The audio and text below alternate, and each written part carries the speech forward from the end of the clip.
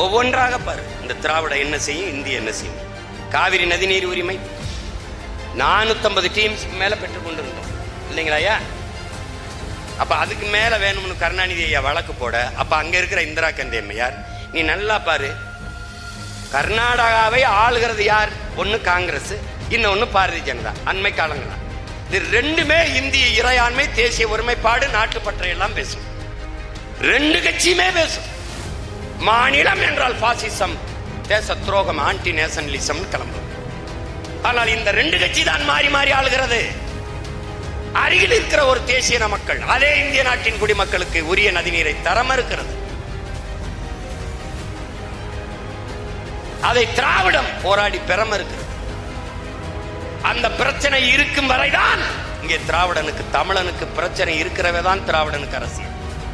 அந்த பிரச்சனை முற்று பெற்று விட்டால் அவனுக்கு அரசியல் இல்லை. கச்சத்தீவை மீட்டெடுத்து விட்டால் இந்தியன் திராவிடனுக்கு பிரச்சனை இல்லை, தமிழனுக்கு இஷ்யூ இல்லை, பிரச்சனை இல்லை, அவனுக்கு அரசியல் இல்லை. காவிரி நதிநீர் உரிமை தீர்க்கப்பட்டு விட்டால், அந்த சிக்கல், அந்த பிரச்சனை முடிவுக்கு வந்து விட்டால் இங்க அரசியல் இல்லை அவனுக்கு. எப்படின்னு கேட்கிறீங்களா? ராமர் கோயில் கட்டும் வரை ஜெய் ஸ்ரீராம் ஜெய் ஸ்ரீராம் என்று முழக்க வைத்த RSS பிஜேபி இப்போது ஜெய் ஸ்ரீராம் என்று கத்துகிறதா பாரு? கத்தாது. என்ன பிரச்சனை முற்று பெற்று விட்டது. ராமர் கோயில் கட்டி ஒரு முதல் தளத்தை மட்டும் மேல செட்டை போட்டு திறந்து விட்டுட்டார். தேர்தலுக்கு முன்னாடி மோடி ஐயா திறந்துட்டார். ராமர் கோயில் கட்டிட்டு அந்த இடத்துல அயோத்தியில போட்டியிடும் போது அகிலேஷ் யாதவ் என்ன பண்ணிட்டாரு, ஒரு தாழ்த்தப்பட்ட மகனை கொண்டு போய் பொது தொகுதியில நிறுத்தி அவர்கள் நிறுத்தின வேட்பாளரை தோக்கடிச்சிட்டாங்க. அப்ப என்ன ஆயிடுச்சு, அந்த அரசியல் செத்துருச்சு.